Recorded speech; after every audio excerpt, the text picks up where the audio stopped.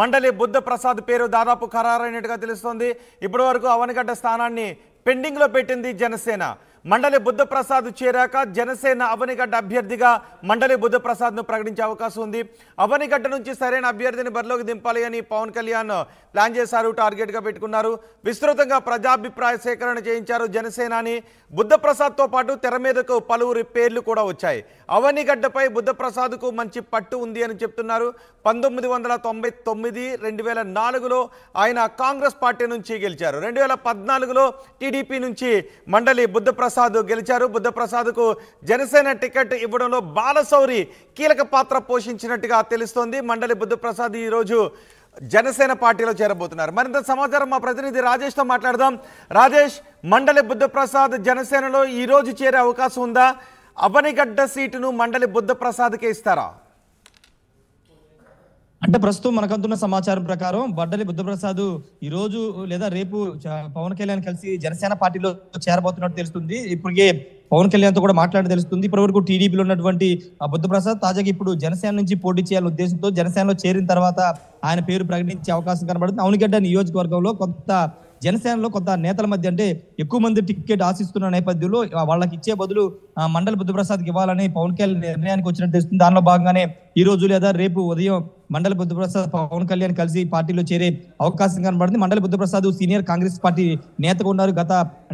వాళ్ళ తండ్రి మండలి వెంకట కృష్ణారావు కూడా చాలా సీనియర్ లీడర్, చాలా సార్లు కాంగ్రెస్ పార్టీ గెలిచి మంత్రి కూడా అయ్యారు. 1999 నుంచి మండలి బుద్ధ ప్రసాద్ కాంగ్రెస్ పార్టీలో ఉండి వరుసగా 3 సార్లు ఎమ్మెల్యే అయ్యారు. తర్వాత 2014 రాష్ట్ర విభజన తర్వాత ఆయన టీడీపీలోకి వచ్చి మరోసారి ఎమ్మెల్యే అయ్యారు. కానీ 2019లో టీడీపీ పోటీ చేసి ఓడిపోయారు. ఈ నేపథ్యంలోనే అక్కడ సీటు జనసేనకి వెళుతుందన్న నేపథ్యంలోనే మండలి బుద్ధ ప్రసాద్ ఒకనొక టైంలో టీడీపీకి రాజీనామా చేయాలనుకున్నారు.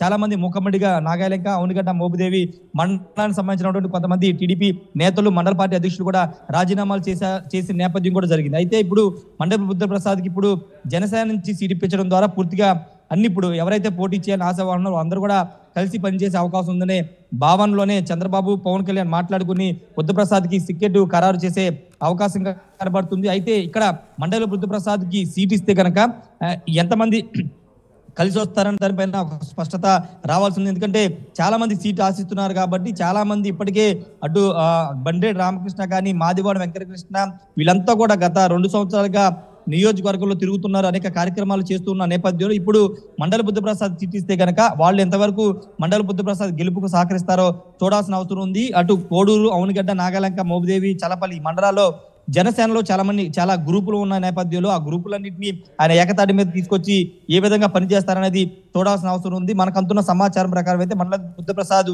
చేరిక దాదాపుగా ఖరారైంది, సీటు కూడా కన్ఫర్మ్ అయినట్టు తెలుస్తుంది. అయితే అధికారిక ప్రకటన రావాల్సి ఉంది. ఇంతకుముందు రాజేష్, ఇంతకుముందు మీరు అన్నట్టే జనసేన నుంచి ఎవరైతే టికెట్ ఆశిస్తున్నారో వాళ్ళు మండలి బుద్ధ ప్రసాద్, ఎందుకంటే ఆయన టీడీపీ నుంచి వచ్చి చేరుతున్నారు కాబట్టి ఆయన గత ఎన్నికల్లో కూడా ఆయన టీడీపీ నుంచే పోటీ చేశారు. కానీ గతం నుంచి కూడా జనసేన జెండా మోసిన వాళ్ళు పూర్తి స్థాయిలో మండలి బుద్ధ ప్రసాద్కు సహకరించే అవకాశం ఉందా?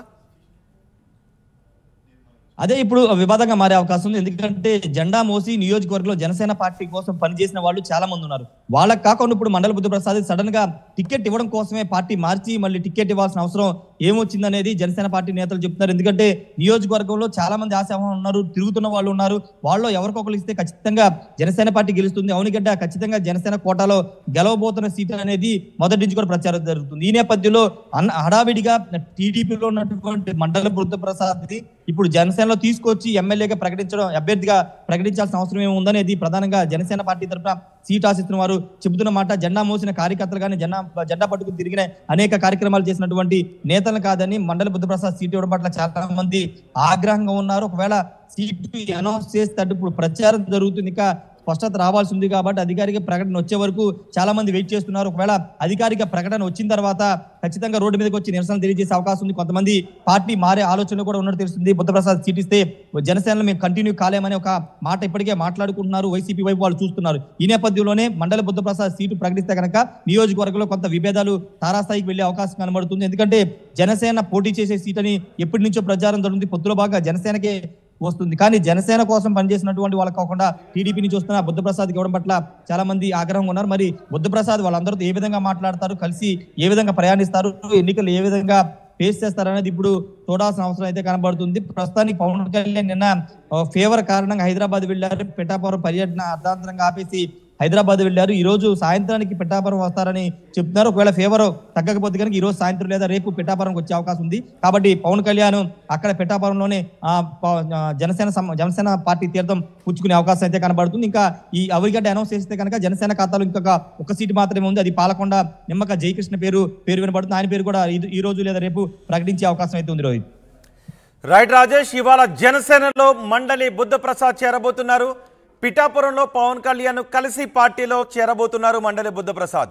అవనిగడ్డ నుంచి కూటమి అభ్యర్థిగా మండలి బుద్ధప్రసాద్ పేరును దాదాపు జనసేన ఖరారు చేసినట్టుగా తెలుస్తోంది. ఇప్పటి వరకు అవనిగడ్డ స్థానాన్ని పెండింగ్లో పెట్టింది జనసేన. మండలి బుద్ధప్రసాద్ చేరిన తర్వాత జనసేన అవనిగడ్డ అభ్యర్థిగా ప్రకటించే అవకాశం ఉంది. అవనిగడ్డ నుంచి సరైన అభ్యర్థిని బరిలోకి దించాలి అని పవన్ కళ్యాణ్ టార్గెట్గా పెట్టుకున్నారు. విస్తృతంగా ప్రజాభిప్రాయ సేకరణ చేయించారు జనసేనాని. మండలి బుద్ధప్రసాద్తో పాటు పలువురు పేర్లు తెర మీదకు వచ్చాయి. అవనిగడ్డపై బుద్ధప్రసాద్కు మంచి పట్టుంది అని జనసేన భావిస్తోంది.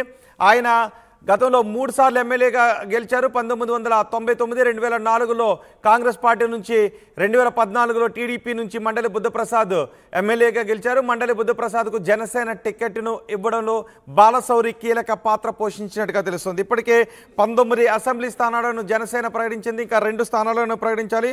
అవనిగడ్డ, పాలకొండ ఈ 2 స్థానాలకు అభ్యర్థులను ప్రకటించాలి.